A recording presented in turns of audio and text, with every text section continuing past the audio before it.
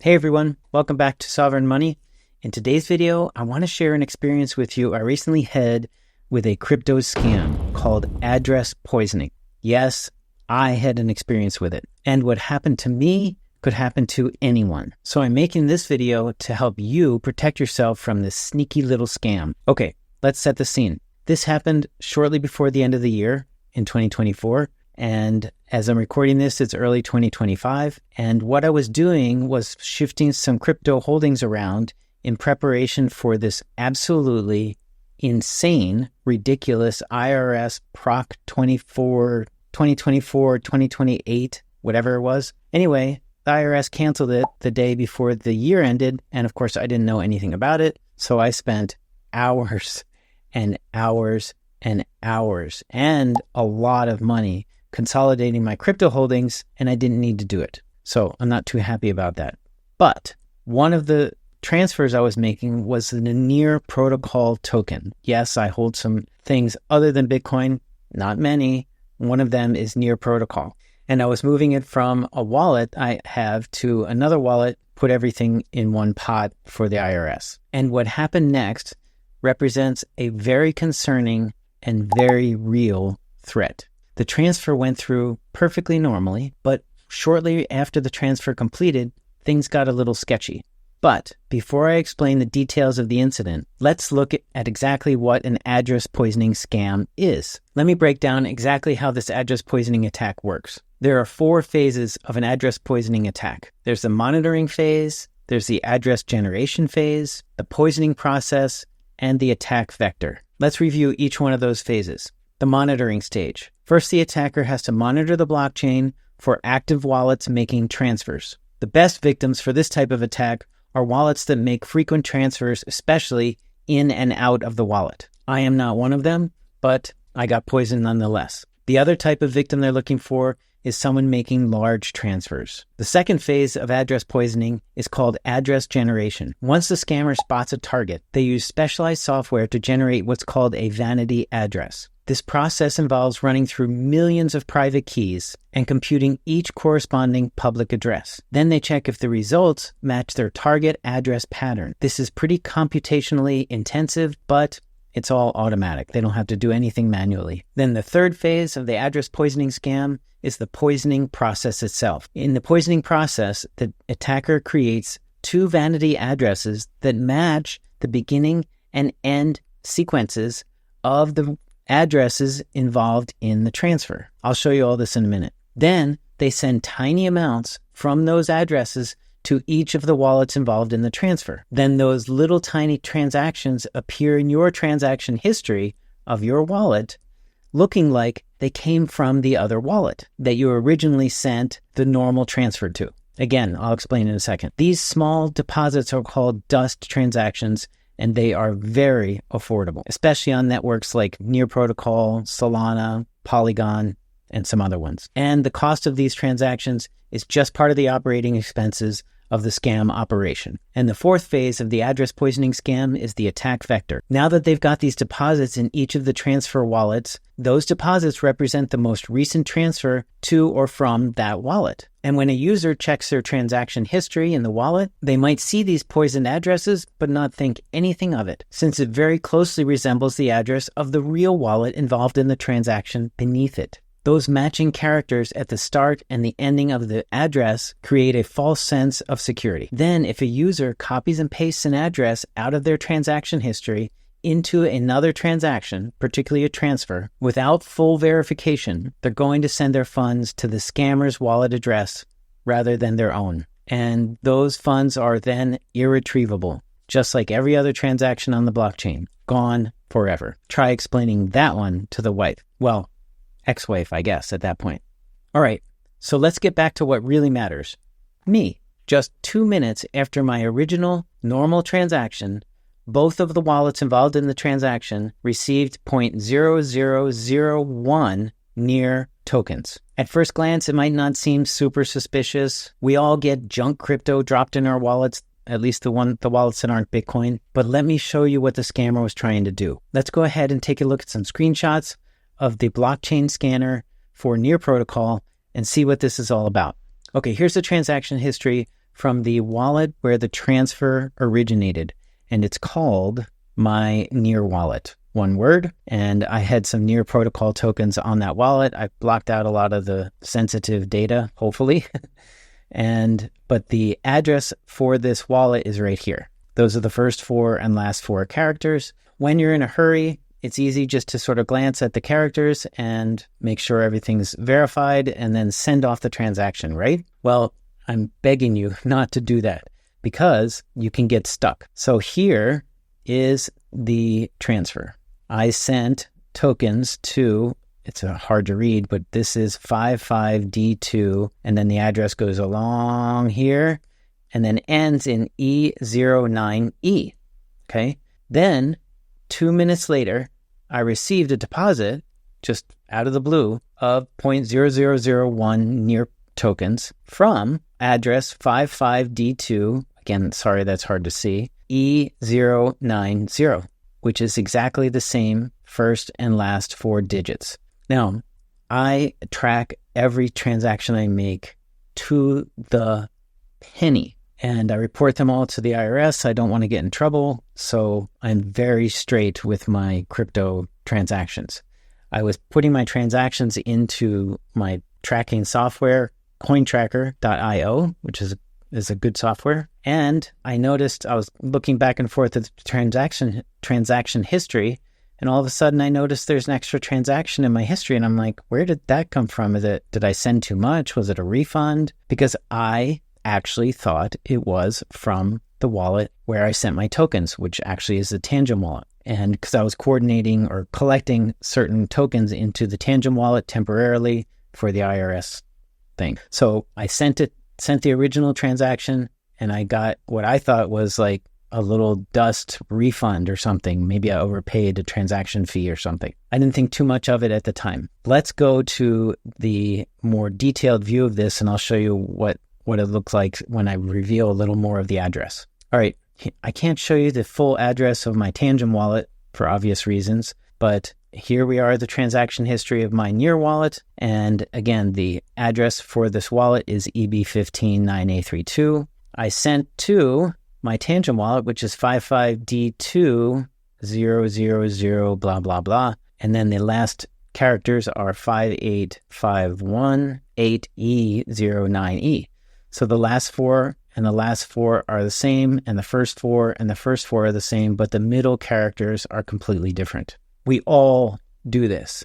Even the pros do this. Who in the world is going to verify every single one of these characters for every single transfer, particularly if it's a small transfer? But as you get more comfortable in crypto, these things can happen, and that's how the scammers get you. Now, I'm going to spoil the end of this video by saying I did not lose any funds in this scam, but I was lucky because I actually thought this was the address until I really studied it. Now, I don't generally copy and paste addresses out of my transaction history, but I thought this was the Tangent wallet address cold. I actually thought it was. Anyway, so you can see they copied the left beginning and end of the address to try to trick me to send more funds to this address. Not good. Now, let's go over to the Tangent side where the Near tokens were sent and take a look at that wallet. Okay, here's the Tangent wallet on the Near blockchain scanner. And the first and last 4 characters are right here, 55D2E09E. And these are the 2 transactions that I'm interested in. One was sent, it doesn't have the time here, it does on the next slide. But these 2 transactions are exactly 2 minutes apart. And here is a deposit. There's 2 deposits in this account of Near tokens from EB15, and then the address is wiped out, and then EB15, and the address is wiped out. This bottom one is the real transfer. This is the top one is the fake one. See, 0.0001 Near tokens. And they were 2 minutes apart, and they were both submitted to the same address, which is this. Okay, so both the My Near wallet and the Tangent wallet both got deposits from addresses of the other wallet that looked like the other wallet. Okay, one more screen to show you, and it'll be this one with a little more detail. Okay, here we are back on the Near blockchain scanner and 2 deposits into my Tangem wallet. Again, beginning and last numbers are here. Here is the here's the from address, right here. And this is the original deposit right here from EB15, blah, blah, blah, blah, blah. That is the full, or not the full, but the truncated address of my Near wallet. So I sent some tokens, and then look at that. 2 minutes later, technically less than 2 minutes later, I got a deposit in my Tangem wallet of 0.0001 Near tokens from this address. And look at that. Look how close that is to the address of my Near wallet. Do you see what they're trying to do? So then if I make a transfer back to my Near wallet for some reason, I'm just going to go into my transaction history, copy the address because I don't want to make any mistakes, right? It worked before, so it'll work again. Paste it, send them out, and go have dinner with my family. Wonderful. But then the transaction won't get deposited, and I'll be waiting and waiting and waiting. And finally, I'll check the address again and realize I lost everything. And then you have to get the lawyer on the phone to work out the divorce papers. And I don't want that to happen to you. All right, one last graphic I made that summarizes the whole thing right here. Okay, so this is the full summary of the address poisoning attack. We have my Near wallet, the Tangem, and a normal transfer between the Near wallet and the Tangem. And the address was, for my Near wallet, was this. The address for my Tangem wallet is this. And this is the receiving wallet, the sending wallet, sending Near, receiving Near. Okay, we got that. Pretty simple. Exactly 2 minutes later after the regular transaction, the scammer sees the transaction and sends 0.001 Near from 55D to 256A, blah, blah, blah, blah, blah, E09E, which looks just like this wallet, doesn't it? That made a deposit in here, and this looks like this made a deposit in here, making the very last transaction on my transaction history the scammer's address, which resembles the address of the other wallet. Do you get it? It's super sneaky and it's awful. They do this to pollute the transaction history with similar addresses. So when you're tired, when you're in a hurry, you just simply copy the address of the last transaction because it worked, send to that address, and everything is gone. Thankfully for me, I knew about this scam because I've done a video on it once before, not involving me, but involving someone who lost a ton of money. And so I was well aware of the scam. I just hadn't had any personal experience with it.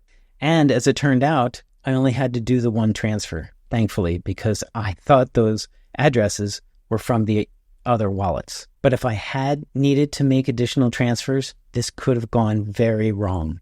And the worst part about this scam is that the last transaction in your wallet's transaction history is the scammer's address, and it will sit there until you pile on more transactions that are legitimate. But you'll have to be vigilant all the time. My funds remain safe, sort of by chance, but I want your funds to remain safe because you follow certain security protocols. And what are those? How can you protect yourself from one of these address poisoning scams? Well, I've got 8 tips for you. And I mentioned this before. Never copy an address from your transaction history. Just don't do it. It seems like it would make sense because the transfer in worked, so the transfer out's going to work too.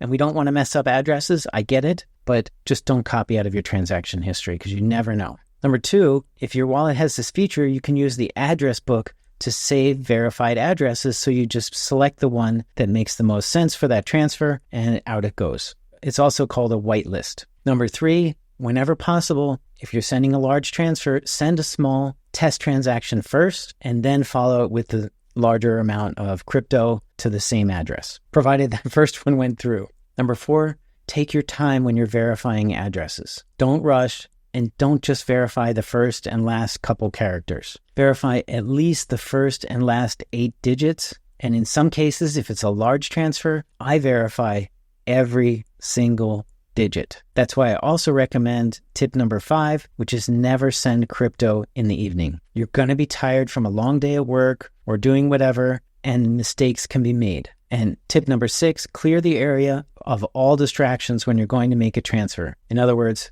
get the kids out of the room, especially if you're making transfers of significant amounts of crypto. Tip number 7, consider using human-readable domain names like ENS domains. Also, services like Proton Wallet, Strike Wallet, and Coinbase, and many others have the ability to send and receive crypto to and from usernames rather than these long, ridiculous addresses. And the last tip is be suspicious of any unexpected incoming transactions. Either someone made a mistake, or they're trying to trick you, or they really enjoy the YouTube video they're watching and want to buy the guy a beer or coffee. Link in the description below where you can send all your crypto. Oh, and I wanted to say thank you to the person who sent me $3 to the link in the description below of Bitcoin so that I can buy a coffee. Thank you so much. I really appreciate it. It was after Christmas, before New Year's. Just really sweet. Thank you. In conclusion, this type of attack, address poisoning, is really sneaky, especially because it's passive. The scammer just sits there